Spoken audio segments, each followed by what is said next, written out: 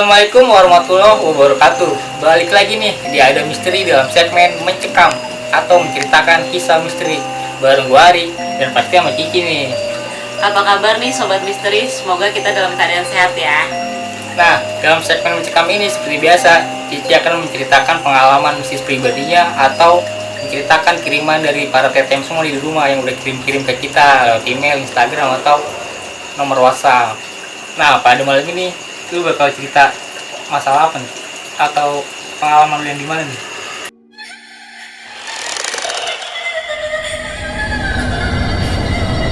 Pengalaman gue pas pertama kali ngontrak ya, itu Oke. ada sesuatu yang ya gitu deh. Oke, sebelum Cici melanjutkan ceritanya, gue mau thank you buat yang udah mampir ke channel ini.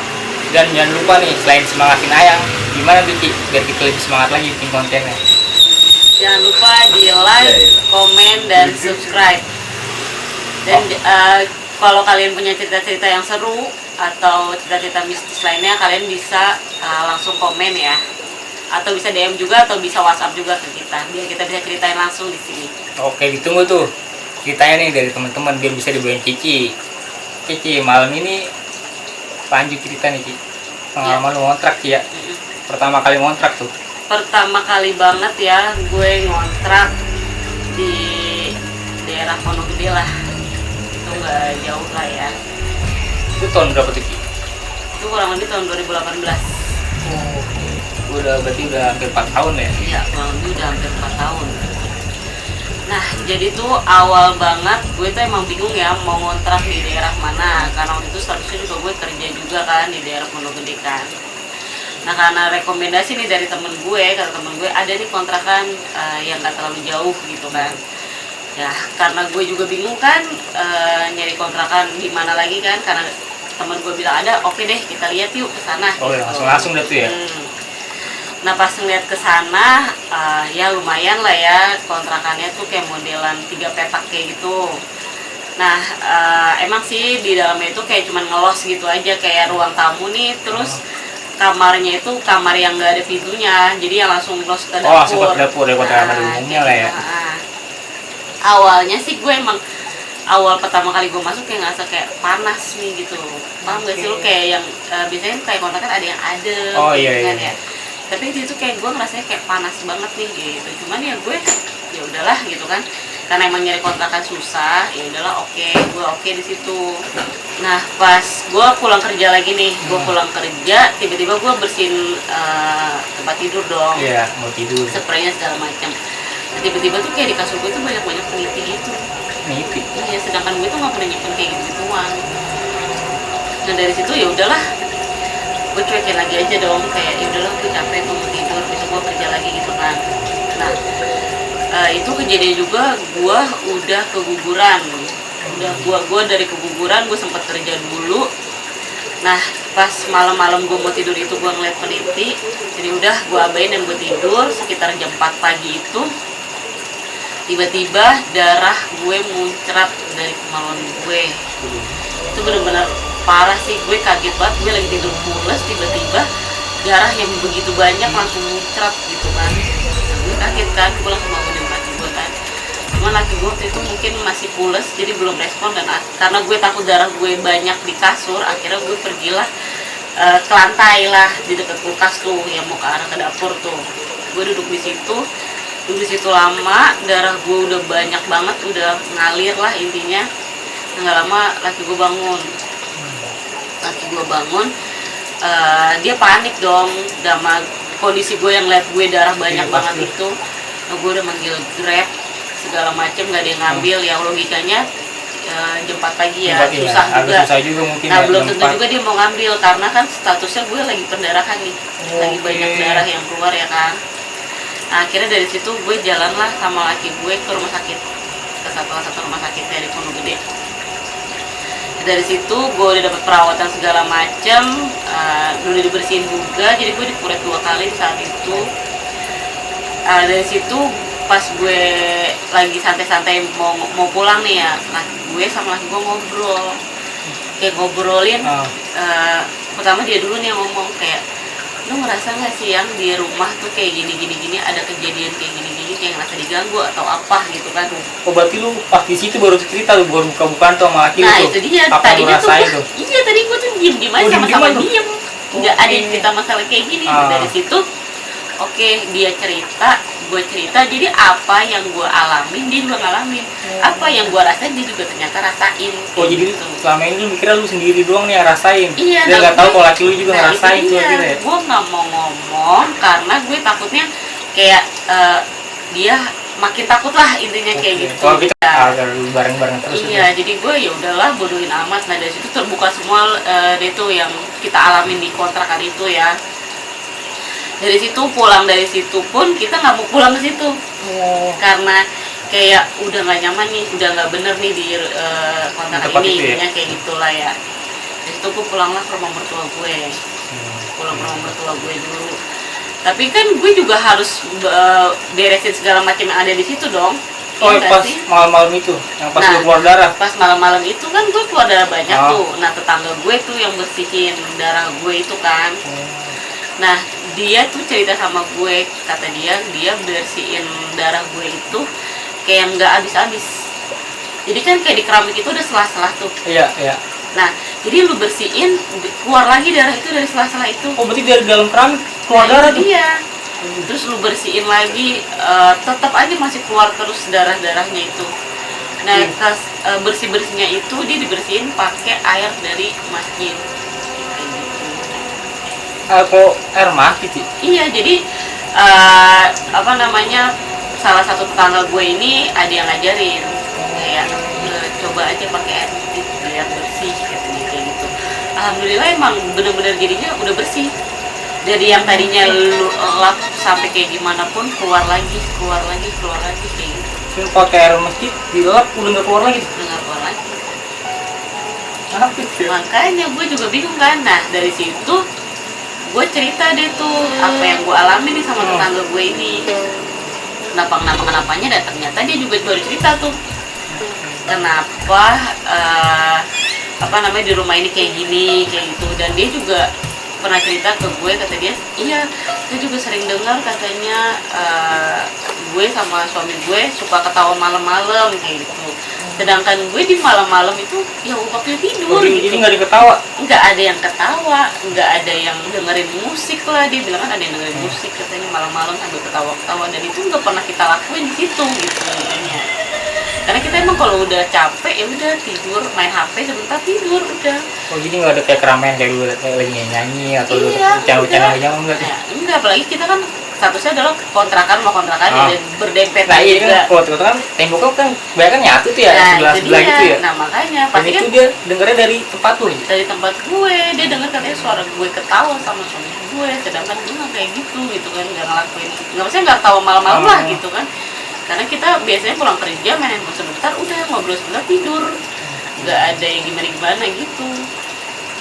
Nah dari situ juga dari tetangga gue juga sempat manggil kayak ustadz gitulah ya, buat nanya-nanya gitu kan. Nah baru dia itu cerita ternyata kontrakan itu dulu tuh emang ada nenek-nenek yang ninggalin. Jadi nenek-nenek ini adalah sendirian ya, dia sendirian tinggal di situ, dan dia juga meninggalnya di situ, intinya kayak gitu. Sorry buat kalau boleh dijelasin tuh neneknya kayak gimana sih, kayak tampilannya, apa bajunya, kira umur kisaran berapa tuh? Kalau umur sih kayaknya sekitar umur 80 tahunan ya. Udah tua banget kan?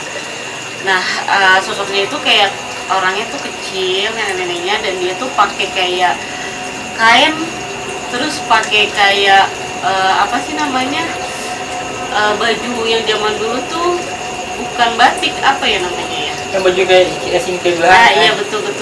Ada batik model kayak kain tipis. Nah kayak gitu Gitu ya? udah kurang lebih kayak gitu. Bajunya benar-benar kayak nenek-nenek zaman dulu banget sih, kayak nenek-nenek gimana sih yang zaman dulu Iya, gitu, iya, yang pakai yang kainan, yang pakai kain, korban pakai kayak batik. gitu-gitu. Iya, Nah iya. iya kayak Paham. gitu kurang lebih. Nah itu lu sempat tanya nggak sih tuh tahun berapa tuh kira-kira tuh si nenek itu? Itu dia, gue nggak, karena gue nggak gimana ya, kayak udah shock duluan Oh, gitu kan udah. yang kejadian itu, jadi gue nggak nanya-nanya mendalam, cuman mereka tuh cerita kalau nenek-nenek itu meninggalnya emang di sini, dan dia itu hidup sendirian di sini gitu, tanpa keluarga gitu. Nah kalau yang si sosok tadi kan lu sempet jelasin kayak lu tiduran terus ada yang kayak ngintip dari atas ya, itu kan sosok anak kecil. Nah, itu anak kecil gimana tuh? Itu Nah, mukanya tuh. kalau anak kecil sih mukanya muka biasa ya, muka anak-anak kayak gitu. Cuman emang dia tuh jahil. Cewek Dia cowok tuh? cowok. Oh cowok. Kayak dia tuh suka jahilin, kayak ngumpetin barang lo, pindahin barang lo gitu. Kalau yang anak kecil ini. Nah katanya kalau anak kecil ini sosoknya dari belakang rumah gue yang kosong. Belakang kontrakan itu yang kosong. Jadi kontrakan ini kan kontrakan tempat gue tinggalin, yang belakang itu ada rumah kosong juga Oh lu ternyata. itu ternyata dari situ katanya. Katanya sih dari situ menurut orang yang kita panggil itu. Si Ustadz itu. Iya, itu orangnya kayak gitu. Ada lagi nggak tuh dari tadi? Ya dari situ sih gue udah nggak mau tinggal situ lagi ya. Oh, Jadi dari situ pindah. gue langsung pindah tuh. Nah karena kita juga masih dihantui kayak suka dimimpiin atau apa gitu ya. Nah dari tetangga gue juga bilang ini harus dibersihin dulu nih gitu. Akhirnya dapat saran dari dia, kita tuh harus ngebersihin kontrakan itu pakai air dari masjid gitu. Nah akhirnya gue sama laki gue balik lagi lah ke rumah itu buat ngebersihin semua semuanya yang ada di situ. Seenggaknya biar kita juga tenang ya keluar dari situ. Nah dari kita pas bersihin itu juga tetangga-tetangga lain, iya di sini juga nggak ada yang betah, tahu sini juga jarang loh yang ngontrak kayak gitu. Ternyata semua itu baru terbuka di saat kita udah keluar gitu. Pas kita udah cerita kejadian itu, mereka baru terbuka sama kita gitu. Kenapa kontrakan ini jarang yang ngontrak? Ternyata emang sebelum gue juga ada juga yang kejadian-kejadian kayak gitu. Cuman ya mereka nggak cerita ke kita gitu. Jadi total berapa tuh? Berapa lama lu di situ? Kurang lebih 2 bulan 3 bulan lah gue. Iya, nggak lama. Nggak lama sih kalau. Iya, makanya soalnya karena emang kejadian-kejadian yang di luar nalar lah ya. Iya. Kayak ganggu. Kayak malam-malam lu mau buka puas mau minum, tiba-tiba lu diliatin dari dapur sama nenek-nenek itu ya kan. Lama-lama jadi nggak nyaman gitu ya. Makanya kayak misalnya lu mau ngambil barang lu tiba-tiba dipindahin sama yang anak kecil itu, lu harus nyari-nyari dulu kemana kayak gitu. Terus tiba-tiba ada gitu ya. Iya, kan ngeselin Itu banget berarti ya. mungkin pola sosok-sosok yang gak kasat mata Ci. Ini ada juga tuh beberapa di rumah ngalamin juga tuh. Misalnya kayak kunci motor, misalnya kereta. Kalau udah tahu nih taruh meja nih misalnya. Terus tiba-tiba nggak ada, cari-cari pusing. Terus lagi nggak dicari, ini ada. Ya, iya makanya itu kali ya. iseng dia tuh Ya? jahil. Kadang-kadang tuh emang ada yang suka jahilin kita kayak gitu. Jadi kita kan bingung nih, tadi kenapa di sini kok nggak ada gitu. Pas kita lihat lagi lah ternyata ada gitu. Kurang aja yang ada. Itu berarti tuh awal kelakuan ya kita nggak tahu juga ya. Mungkin kalau yang lo tahu pasti itu kelakuan sosok-sosok itu ya. Iya. Karena emang pernah ke gap sama gue pas dia lagi mindahin. Oh Kayak iya dia ketahuan tuh ngumpetin, sama lu. iya, makanya gue tahu itu dia yang mindahin gitu. Dan gue juga tipe orang yang teliti, ngerti gak sih lo? Kayak gue kalau udah naruh di sini, gue ingat gue taruh di sini. Setengahnya kayak misalnya gue naruh parfum lah, parfum gue tulisannya misalnya malam depan nih, tiba-tiba tuh kegeser dikit gue udah tahu nih.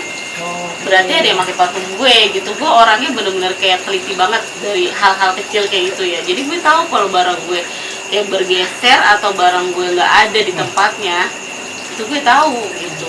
Itu ya kalau gue tanya laki gue nggak ngelakuin itu ya Berarti siapa lagi ya? Karena lu tinggal di kota karantina cuma berdua ya. Iya, gue cuma berdua doang sama dia. Nah, ada nggak sih maksudnya dari kita tetangga samping itu yang ngalamin kejadian kayak lu juga tuh? Tetangga sebelah gue sih emang dia katanya kalau mau sholat suka diganggu kayak gitu. Itu lagi sholat yang diganggu tuh. Lagi sholat suka diganggu, katanya kayak gitu kan. Ya gitu, kadang dia suka ngedengar dari tempat gue, lebih seringnya dengar dia tuh sering dengar di tempat gue tuh suka berisik, dengerin lagu, suka ketawa atau apa segala macem. Padahal yang enggak. Kayak kita juga pernah malam-malam nih, tengah malam lah ya, kita jam 12 atau jam 1, yang lain udah sepi lah intinya, tiba-tiba pagar gue itu buka, sedangkan itu udah dikunci. Ya bingung dong, yang lain udah pada masuk, tiba-tiba pagar kebuka ya kan, takutnya maling. Iya benar, takutnya kan maling bisa bawa gitu. Takutnya maling ya, karena emang kita ini coba kita longok yuk. Pas dilihat itu pagar dalam keadaan ketutup, emang nggak ada yang buka dan emang nggak kebuka gitu. Tapi kita ngedengerin kayak suara pagar kebuka. Kalau itu kalau dikunci kan? Udah tutup, orang udah malam. Ya gitu sih kadang ganggunya tuh di waktu-waktu Istirahat ya, iya, mungkin kayak kita tuh buat udah capek istirahat banget ya. nih gitu kan ya, tiba-tiba ngegangguin kayak gitu, itu sih nggak nyaman sih kitanya juga. Iya, siapa juga sih yang nyaman Iya makanya kalau nggak kayak nyaman gitu kalau kan. diganggu. Ya, mungkin kan kalau di setiap rumah atau bangunan mungkin ada ya, Pasti ada, pasti ada kan pasti ya. ada. Tapi kan kalau udah ngeganggu kayak gini pasti siapa sih yang nyaman gitu Itu maksudnya. dia, nggak ada yang nyaman, semua orang Iya, juga nggak akan pasti nyaman. gitu. Nah, kira-kira lu tau gak sih misalnya nih kalau kita mau ngontrak biar nggak diganggu gitu Ci misalnya. Sebenarnya sih kalau kayak gitu susah ya, Hmm. soalnya kan apalagi orang-orang yang nggak bisa ngelihat makhluk kasat mata kan. Ya palingan kalau emang kita punya feel di satu kontrakan atau apa, kita mau tinggalin misalnya di kontrakan sebelah mana kayak gitu kan, kayaknya kita harus benar-benar dari hati kita benar-benar kayak oh gue serak nih di tempat ini gitu. Ya mungkin lu lihat oh di sini kayaknya hawanya nyaman, Nah, enak, itu dia. adem gitu mungkin. Kalau misalnya ngeh ya, Hmm. biasanya kalau kita masuk ke satu ruangan itu ruangannya panas banget, di situ banyak biasanya kayak banyak sosok-sosok yang kayak gitu yang nempatin di situ ya. Tapi kalau kita masuk terus kayaknya suasananya adem, kayak gimana sih, beda deh panas sama adem kan, pokoknya kayak adem enak gitu, biasanya di situ emang jarang. Oh, Kalau ada pasti ada, setiap rumah iya, pasti semua ada. pasti ada ya. Ya. Tapi kan udah di setiap rumah terus sosoknya ngeganggu buat kayak gitu ya. Ini sih lumayan parah juga sih kalau gue dikasih lu. Ya, iya, Iya, makanya. nggak betah juga sih. Nah makanya udah gitu awalnya diem-dieman lagi, gue sama laki gue Oh, bener-bener iya? gak ada yang cerita. Iya, baru terbukanya di saat di rumah sakit itu, dia dulu yang buka omongan, lu ngerasain kayak gini gak sih kontrakan? Oh iya, baru dia tuh cerita semuanya, baru terbuka semuanya. Akhirnya kita memilih pindah. Nah, si Jama kan sempat kira sih dia ada itu cerita yang menurut lu parah sih. Laki itu ngalamin apa kejadian apa sih? Di dianya, Si laki itu. kalau dianya sih di kontrakan yang lama. Hmm. Kalau dia sih biasanya kayak diganggu-gangguin biasa sih, kalau Jamal ya. Ah. Kalau gue sih yang lebih parahnya gitu. Tapi dia sempet di ini nggak sih kayak ditampakin gitu. Kalau ditampakin sih nggak pernah deh. Oh enggak, kalau si Jamal enggak ya? Paling dia kayak ngeliat selebat-selebat gitu, kayak ada yang lewat gitu, padahal kan emang kayak gue lagi tidur saya mau lewat lagi kalau bukan gue ya kan gitu. Gue ya? Kalau zaman suka dilihatin kayak gitu-gitu yang kayak selebat-selebat gitu. Berarti yang kenanya lu juga aja, Gue, karena lu gue, bisa gue mungkin juga. kan lu kan bisa ngelihat ya, tahu Iya, mereka iya, makanya. dan mereka juga tahu kalau lu bisa ngeliat mereka kan. Nah itu dia, gak asik dah pokoknya, makanya akhirnya gue pindah aja udah. Nah di kontrakan di sini juga sama ternyata. Ini buat teks deh. Oke. Ada lagi nggak Ci di tentang kontrakan itu? Kalau di kontrakan itu sih kurang lebih kayak gitu sih. Yang bikin gak nyaman adalah pertama adalah lu selalu dilihatin nenek-nenek itu, kayak lu selalu diperhatiin sama nenek-nenek itu. Terus juga kayak barang-barang lu sering dipindahin sama anak kecil itu. Dan yang kejadian yang paling gak asik itu adalah darah gue sih, yang gak habis-habis itu. Udah dibersihin gak habis-habis. Nah kan lu sempat dibawa ke rumah sakit tuh Ci. Nah terus kalau keterangan dokter atau yang rumah sakit itu kenapa tuh Ci lu sampai bisa keluar muncrat darah gitu Ci? Dia juga bingung karena uret pertama itu gue udah bersih. Oh harusnya udah nggak mungkin kayak gitu lagi. Iya, seharusnya nggak mungkin ada pendarahan lagi karena uret pertama itu gue udah benar-benar dibersihin. Jadi dia juga bingung, dari gue juga bingung kenapa bisa tiba-tiba gue lagi tidur pules banget langsung muncrat darah yang banyak banget dan nggak berhenti. Kan gitu sebelumnya lu ngerasain nggak Ci? Kayak sebelum tidur tuh ngerasain feeling gak enak apa gimana? Enggak, Biasa aja gitu. bener-bener kayak ya udah, lu mau tidur ya badan lu fit aja gitu. Orang gue udah masuk kerja juga kok setelah kuret itu. Ya berarti itu kan lu dalam keadaan sehat ya, maksudnya nggak sakit atau fokus sakit kan? Oh enggak ya? Enggak sama sekali ngerasain sakit apapun.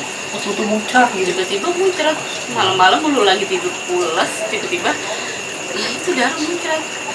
Gue kaget dong. Coba ngeliat darah yang banyak banget kayak gitu, apalagi laki gue yang gak pernah ngeliat darah sebanyak itu, tiba-tiba ngeliat gue yang benar-benar pendarahan yang luar biasa. Alhamdulillah banget, lu bisa selamat lagi ya. Seharusnya kan kalau kebanyakan keluar darah gitu kan sering juga Ci ya. Nah makanya orang pas gue nyampe rumah sakit aja, satpamnya juga shock ngeliat darah gue, dan dokternya juga bilang kamu beruntung kamu bisa selamat, setidaknya dari darah yang banyak banget kayak gini gitu. Itu tuh kalau ada kali beberapa ember kayaknya itu orang banyak banget, sumpah banyak banget, parah. Oke Ci, ada lagi nggak nih? Untuk season ini sih, cerita kali ini sih cukup ya. Nah, ada nggak nih pesan-pesan buat teman-teman di rumah nih? Kalau buat apa nih? Pesan-pesan buat di rumah kalau lagi kita mau tinggal di suatu tempat atau mau datang ke suatu tempat gitu Ci, biar biar ya kita tahu kan kita berdampingan nih, kan biar dia jangan saling ganggu lah gitu biasa. Yang pertama ya kita sebelum masuk ke rumah orang, mau ada orangnya atau nggak ada orangnya, kita harus permisi ya. Oke. Nanya assalamualaikum ya kan. Nah, ya palingnya kita cari tahu dulu juga sih, kayak kontrakan itu dulu bekas apa Oke, gitu. iya. Ya kan sih, karena kita kan nggak pernah tahu riwayatnya rumah itu kayak gimana, kayak gitu kan. Ada juga maaf kayak kontrakan yang bekas pembunuhan, ya nggak sih. Terus ada juga yang emang dulunya meninggal di situ, kayak gitu. Ya, kita nggak pernah tahu ya, cuman kita kalau emang kita udah yakin, ya silakan tinggal di situ. Yang paling utama sih dari hati sih. Kalau kita udah seret sama tempat yang kita mau tinggalin, ya berarti ya udah sesuai dengan keinginan lo gitu. Oke, gimana tuh tadi teman-teman ceritanya dari Cici? Cukup mencekam kan? Gimana tuh kalau kalian jadi di posisi si Cici? Kalau gue sih parah sih itu. Mohon maaf kalau ada salah-salah kata dan mohon maaf banget nih kalau masih banyak kekurangan dari kita. Gua Ari Cici pamit. Wassalamualaikum warahmatullahi wabarakatuh.